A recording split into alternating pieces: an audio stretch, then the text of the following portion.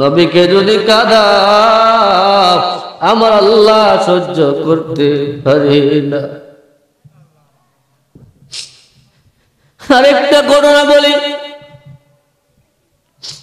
মায়ার নবীজি কেমন নবী জানো রে উম্মত,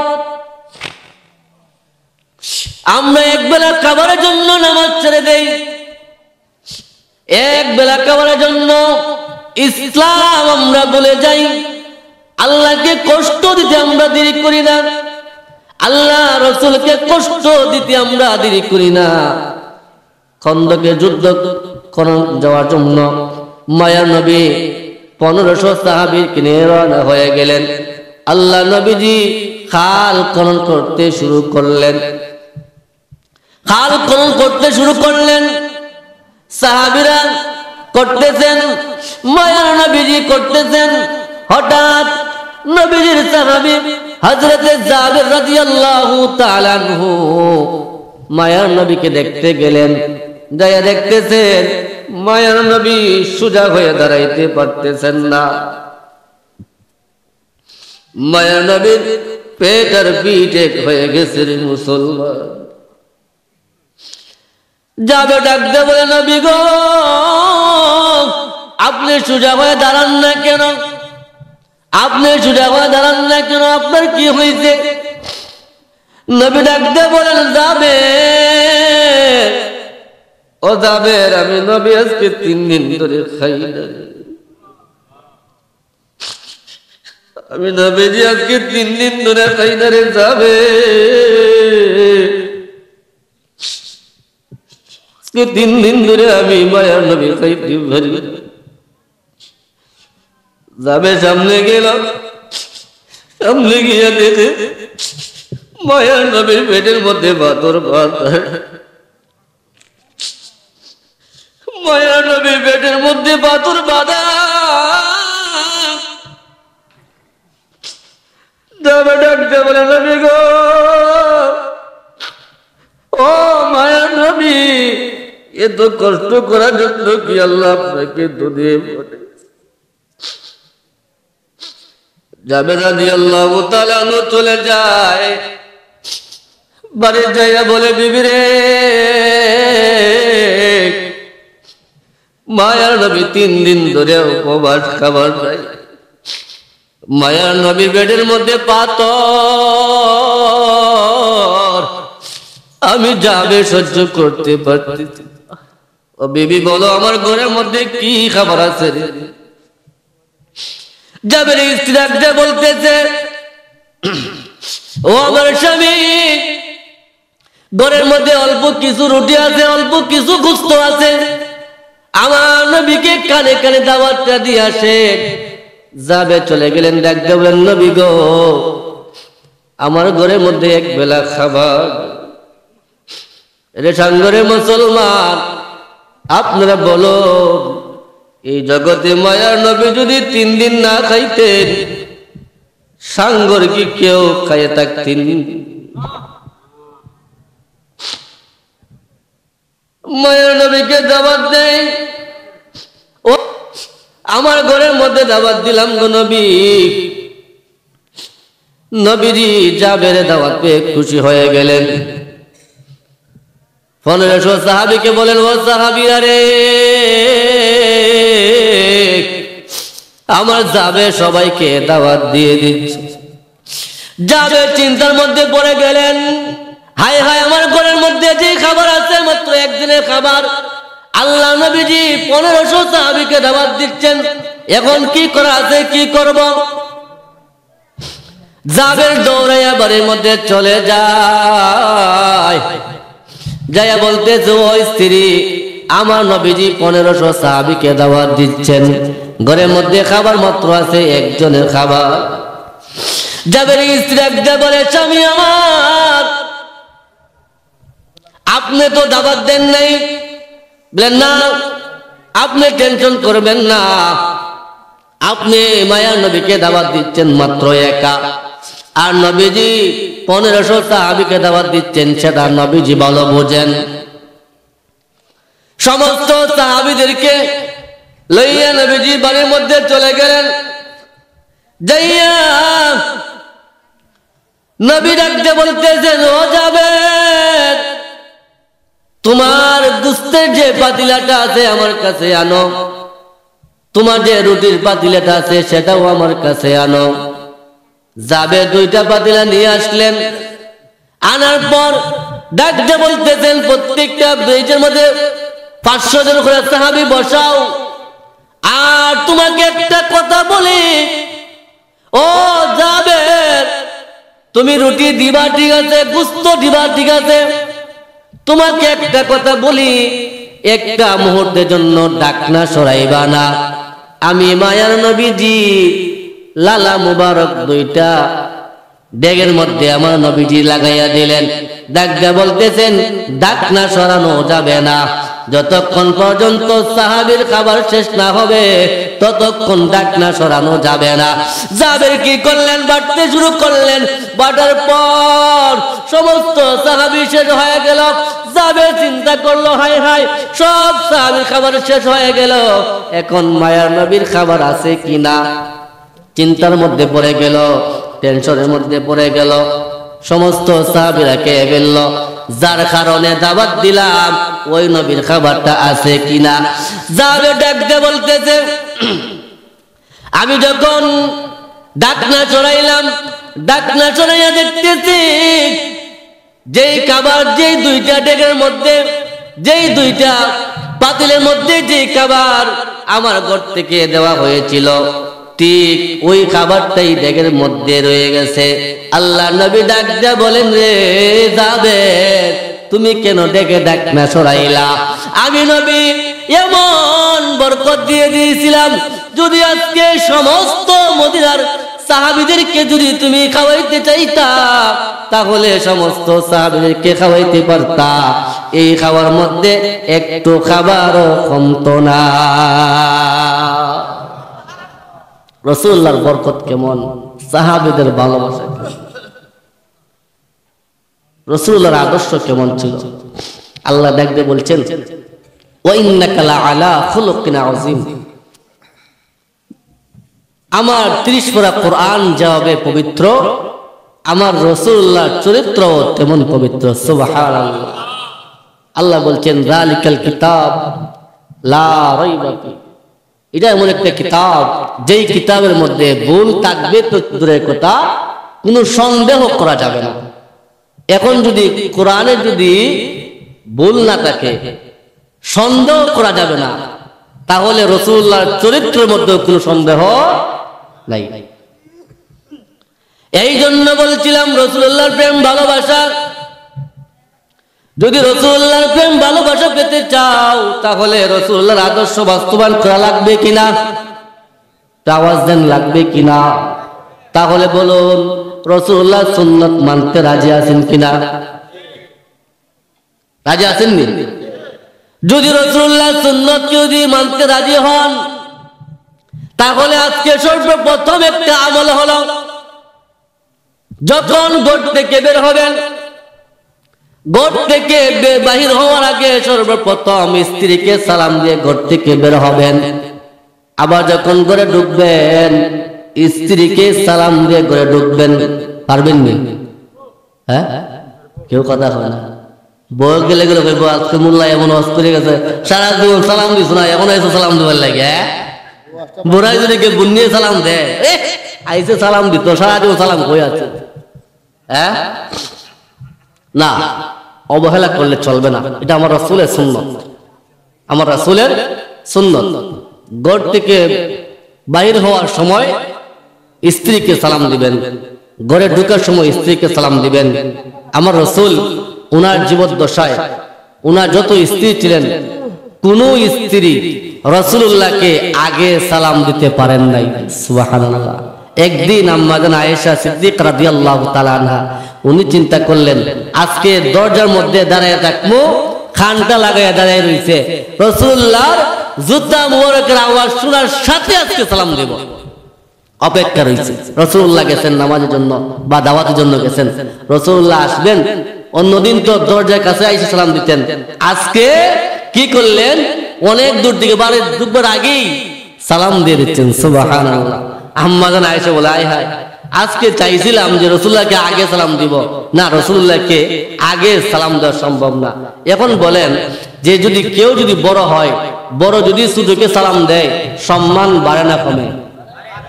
এক নম্বর আমল কি? সালাম। আগে কি? সালাম। সালাম দিলে কি হয়? রাসূলুল্লাহর সুন্নাত আদায় হয়, মানুষের ভিতর থেকে অহংকার দূর হয়। মানুষের ভিতর থেকে অহংকার দূর হয়। পারবেন তো এমনটা করতেন? পারবেন নি? এই একটু গরম বাইরে না।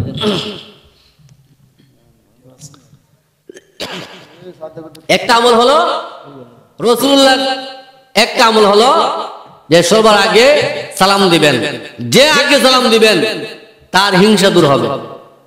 কারণ হিংসা এটা এমন একটা জিনিস, এটা আমরা মনে করেন আমার আজকে একটা বাড়ি গাড়ি আছে, আমার একটা বাড়ি আছে, আমার শরীরের মধ্যে এমন দামি সেন্ট মারলাম, আমার সেন্টের গন্ধের কারণে আমার দাঁড়িয়ে কোনো মানুষ যাইতে পারে না।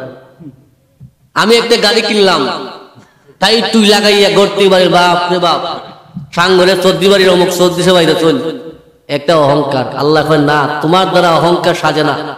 তোমার যে জিনিসটা আছে এটা লয় আছে, ক্ষয় আছে। অহংকার তো তার জন্য বানায় যার লয় নাই, ক্ষয় নাই। সুবহানাল্লাহ।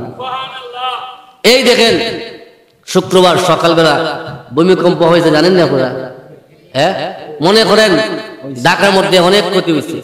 এখন যে কয়েকটা বিল্ডিং বানাইছে তারাও তো ফজরের পরে তো তারা কিন্তু কোটিপতি ছিল, ফজরের পরেও তারা কোটিপতি ছিল, কিন্তু জোহরের আগে আল্লাহ পাক সব ধ্বংস করে দিচ্ছে। কি দিচ্ছে? ধ্বংস করে দিচ্ছে। আপনি 200 কোটি 100 কোটি টাকা দিয়া একটা বিল্ডিং বানাইলেন, 10টা 50, আলহামদুলিল্লাহ। 20 কোটি টাকা দিয়ে একটা বিল্ডিং বানাইলেন, একটা মুহূর্তে আইসা ভূমিকম্প আইসা আপনার বিল্ডিংটা ভেঙে দিল, আপনার সম্পদ কিন্তু বিল্ডিংটা। এখন একটা মুহূর্তে, যে কোনো মুহূর্তে আইসা ভূমিকম্প আইসা যদি আপনার 20 কোটি টাকার বিল্ডিংটা ভেঙে দেয়, তাহলে আপনি কি রাস্তার ফকির নেই? হ্যাঁ, তাহলে আপনি কি নিয়ে বাহাদুর করছেন? আপনি কি নিয়ে অহংকার করছেন? কিসের অহংকার করছেন? একটা জিনিস দিয়ে রাখবেন, অহংকার এটা হচ্ছে আমার আল্লাহর একটা কুদরতি চাদর। আল্লাহ বলছেন, গোলাম আমার কুদরতি চাদর নিয়ে তোমরা টানা হেঁচড়া করবা না। এই জন্য সর্বপ্রথম সালাম দিলে কি হয়? হিংসা অহংকার দূর হয়, ভালোবাসা বাড়ে, মহব্বত বাড়ে। আল্লাহ নবী একদিন বলতেছেন, মান আহাব্বা সুন্নতি ফাকাদ আহাব্বানি ওয়া মান আহাব্বানি কানা মাইয়া ফিল জান্নাহ। যে ব্যক্তি আমার সুন্নতকে মহব্বত করলো, সে যেন আমি রাসূলুল্লাহকে মহব্বত করলো। আর যে ব্যক্তি আমার সুন্নতকে মহব্বত করলো, সে আমাকে মহব্বত করলো। আর যে আমাকে মহব্বত করলো, কানা মাইয়া ফিল জান্নাহ, তার ঠিকানা কোথায় হবে? জান্নাত হয়ে যাবে। এরপর আল্লাহ নবী বলতেছেন, মান তামাসসাকা বিসুন্নতি ইনদা ফাসাদি উম্মতি ফালাহু আজরু মিআতি শাহীদ। আল্লাহ নবী একবার বলছেন, উম্মত ফিতনা ফাসাদের জামানায় আমরা বর্তমানে যে যুগের মধ্যে আছি, ওই যুগের কথা রাসূল বলছেন, ওই ফিতনার জামানার মধ্যে যদি আমার কোন উম্মত আমার একটা সুন্নতকে ভালোবেসে মহব্বত করে রশি দিয়ে শিকল দিয়ে যদি কেউ মজবুত করে আঁকড়ে ধরতে পারে, তাহলে আমার ওই উম্মতের আমলনামায় 100 গলা কাটা শহীদের সওয়াব আল্লাহ দান করেছে। আমলটা বড় না শুধু, হ্যাঁ এই আমল বড় নাকি? হ্যাঁ, ওয়ান্দার উষ্ণায় আমলটা কি? আমলটা ছোট্ট আর নেকিটা কি অনেক বড়। এখন এই আমল, এই যে সুন্নত, রাসূলুল্লাহ সুন্নত পালন করলে কতটুকু লাভ হয়? অল্প কিন্তু আমলটা, কিন্তু নেক কিন্তু অনেক পরিমাণ। আরেকটা কথা হচ্ছে, প্রস্তাব পায়খানা পূজা অবশ্যই ডিলা কুলুপ ব্যবহার করবেন। এই ডিলা কুলুপটা হাসরের দিন মিজানে পাল্লার মধ্যে আপনাকে আমল নামার মধ্যে দেওয়া হবে সুন্নত হিসাবে। এই ওয়াজ একদিন করার পরে নরসিং দিয়ে গিয়ে ওয়াজটা একদিন করছিলাম, করার পরে আইয়া এক লোক কইতেছে হুজুর আপনি এই ওয়াজটা করে গেছেন পরে এক লোক কি করতে এই শ্বশুর বাড়িতে গেছে, শ্বশুর বাড়িতে গিয়া এখন গিয়া ডিলা কিটারে ব্যবহার করতো, টিস্যুও পায় না মাটিও পায় না, লইছে এক বড় পাথর, লইছে এক বড় পাথর, পাথর দিয়ে এখন ডিলা ব্যবহার করবো।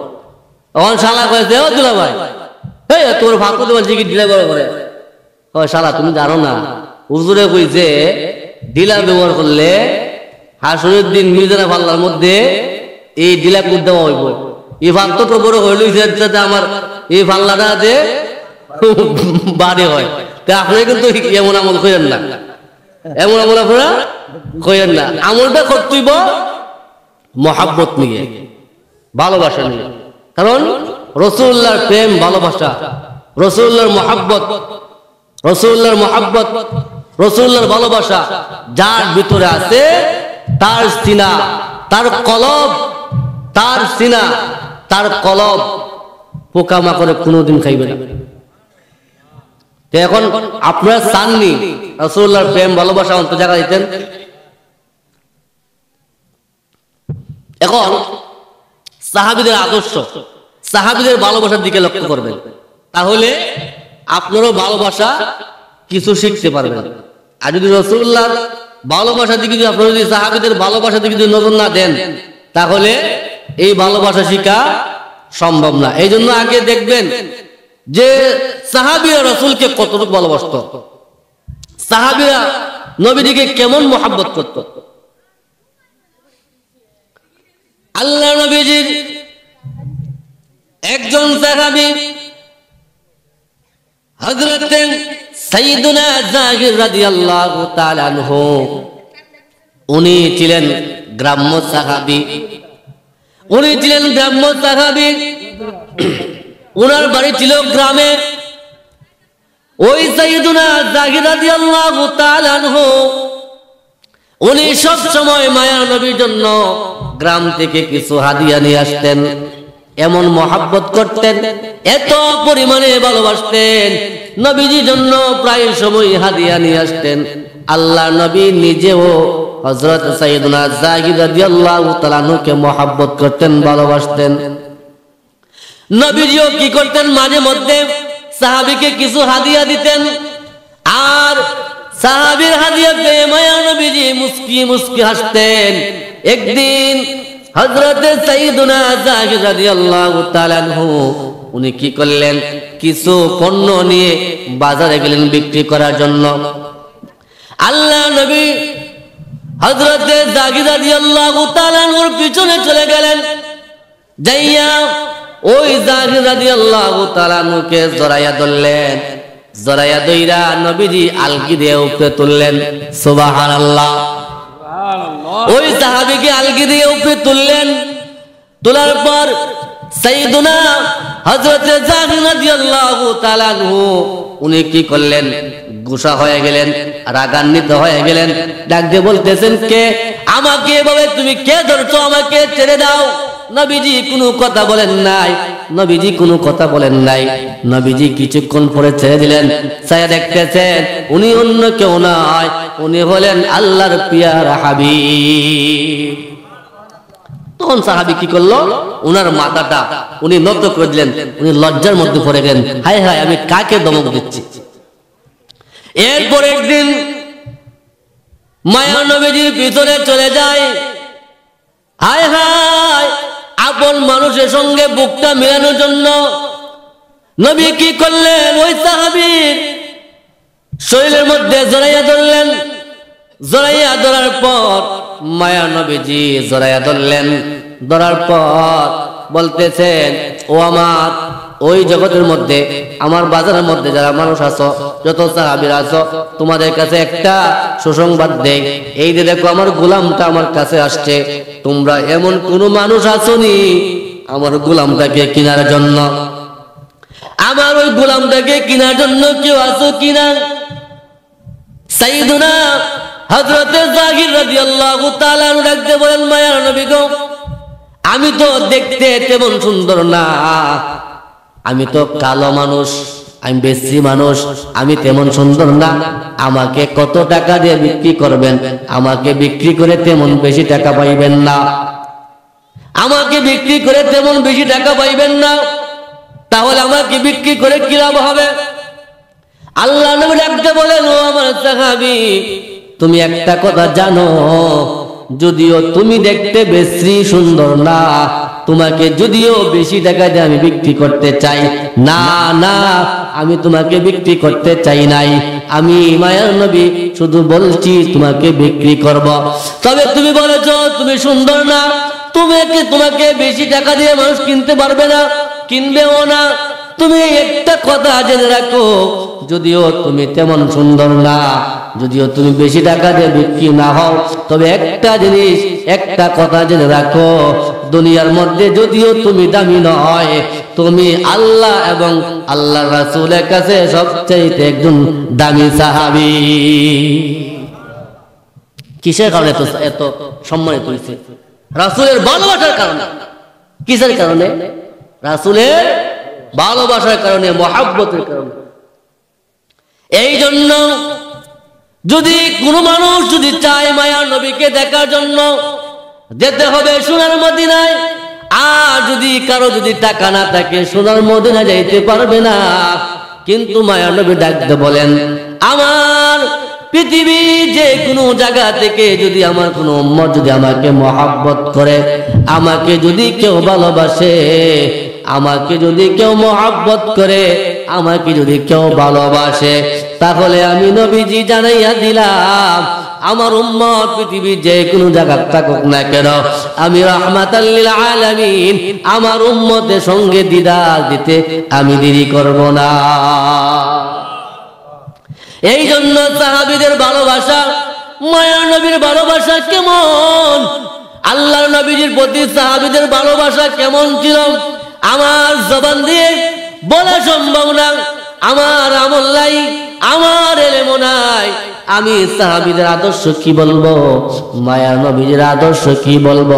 নবীজির আদর্শ এমন, যদি রাসূলুল্লাহর আদর্শ যদি কারো ভিতরে যদি কেউ বাস্তবায়ন করতে পারে, তাহলে আমার আল্লাহ দুনিয়াতেও শান্তি করবেন, আখিরাতেও আমার আল্লাহ সম্মানিত করে দিবেন। আপনি আমি কোন নবীর উম্মত? ও সঙ্গে মুসলমান শুনো, আল্লাহ নবী একজন সাহাবী হযরত সুফিয়ান রাদিয়াল্লাহু তাআলা আনহু, উনি গেলেন জঙ্গলের মধ্যে, গেলেন লাকড়ি জোগাড় করে আনার জন্য। উনি আস্তে আস্তে উনি কি করলেন, সন্ধ্যা ঘনাইয়া গেল, রাত্রি হয়ে গেল, সমস্ত সাহাবীরা উনাকে একা রেখে ওনারা চলে গেছেন। আর হযরত সুফিয়ান উনি সবার পিছনে পড়ে আছেন। যখন পাহাড়ের কাছে গেলেন, যাইয়া দেখতেছেন পাহাড়ের মধ্যে একটা বাঘ আবু সুফিয়ানের দিকে আসতেছে। আবু সুফিয়ান ডাকতে বলে, রে বাঘ, তুমি আমার দিকে আসতেছো আমাকে খাওয়ার জন্য, এর আগে তোমাকে আমি একটা কথা বলি, আমাকে তুমি চিনতে পারছো কিনা তুমি বলো। বলে না না, আমার আল্লাহ পাকের জবানটা খুলে দিচ্ছে। বলে না, তোমাকে তো আমি চিনতে পারি নাই। আবু সুফিয়ান ডাকতে বলতেছে, রে বাপ, আমি হইলাম রাহমাতাল লিল আলামিন নবীর উম্মত। ওই বাপ ডাকতে বলতেছে, নবীর উম্মত শোনো, আমার যদি কোনো বেয়াদবি হয়ে থাকে আমাকে মাফ করে দিবা, তবে তোমার কাছে আমি একটা কথা বলি রে, তুমি সুফিয়ান আমার পিঠের মধ্যে উঠো, আমি বাঘ তোমাকে তোমার বাড়ি পর্যন্ত পৌঁছাইয়া দিব। কোন নবীর উম্মত আপনারা? যত শুনবেন সারা রাত যদি ওয়াজ শুনেন ভালো লাগবে। এই রাসূলুল্লাহর জীবন আদর্শ, সাহাবীদের প্রেম ভালোবাসা, যত শুনবেন তত মজা, যত শুনবেন তত মজা।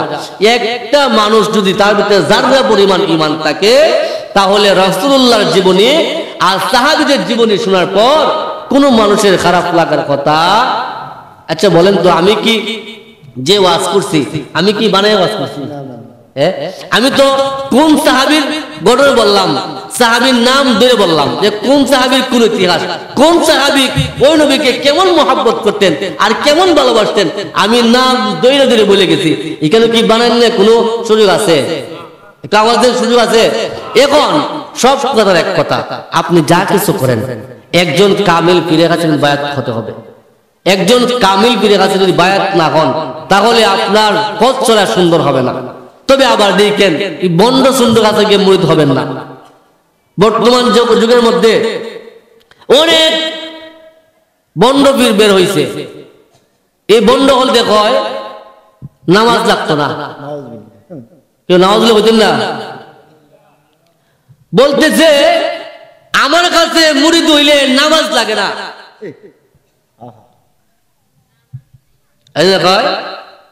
আমার কাছে মুরিদ দিলে নামাজ লাগে না, এর নামাজ ছাড়াই।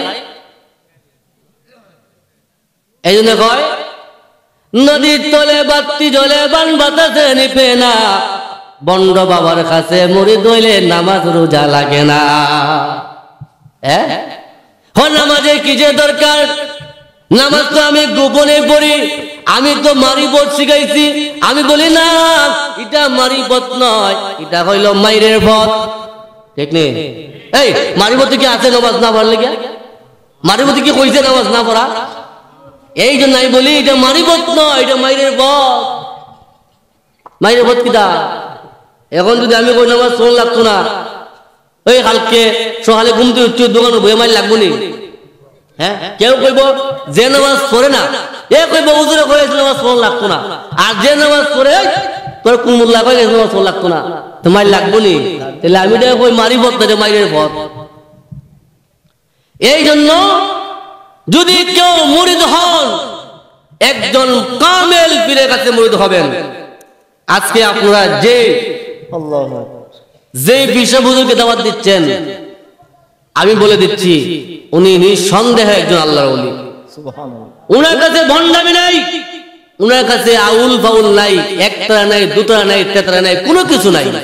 উনার কাছে আছে আল্লাহর ইবাদত আর মদিনাওয়ালার প্রেম ভালোবাসা।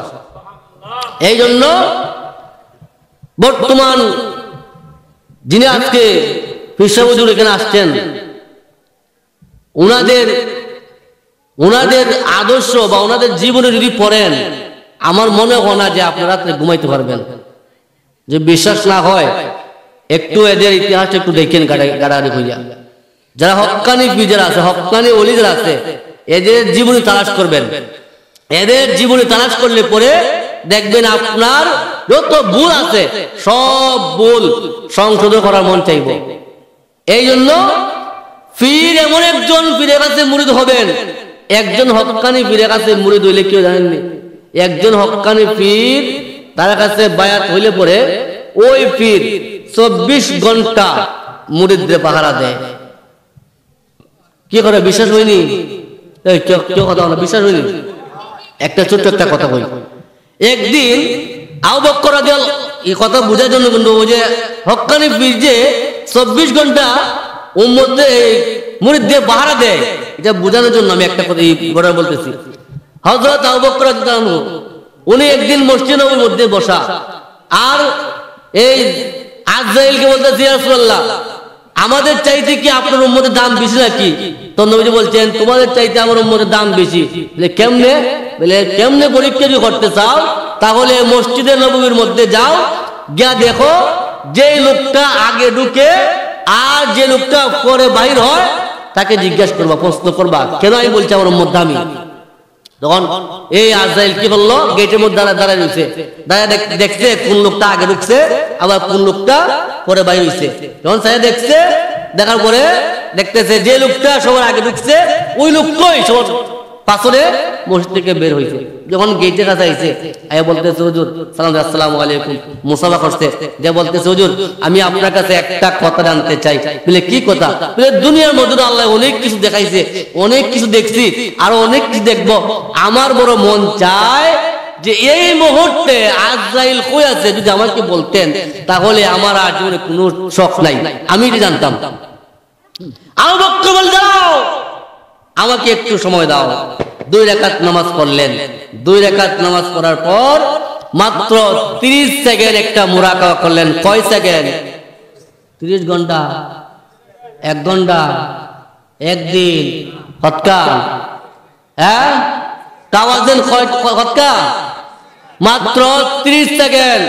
30 সেকেন্ড মুরাকাবা করার পর যখন উঠলেন, উঠে বলতেছেন, শোনো, আমি এই মুহূর্তে 7 আসমান 7 জমিন, আমি আল্লাহর জান্নাত, জাহান্নাম, লৌহ কলব, আরশ, কুরসি যা কিছু আছে আল্লাহর তামাম সৃষ্টি জগৎ দেখছি, কোথাও আমি আজরাইল পাই না। আজরাইল তুমি নিজেই। আস্তে করে কালকে জেলে নিব, আস্তে বিশুদ্ধ করে না, ঘরে ঘুমাই গিয়ে হয়ে নিলে।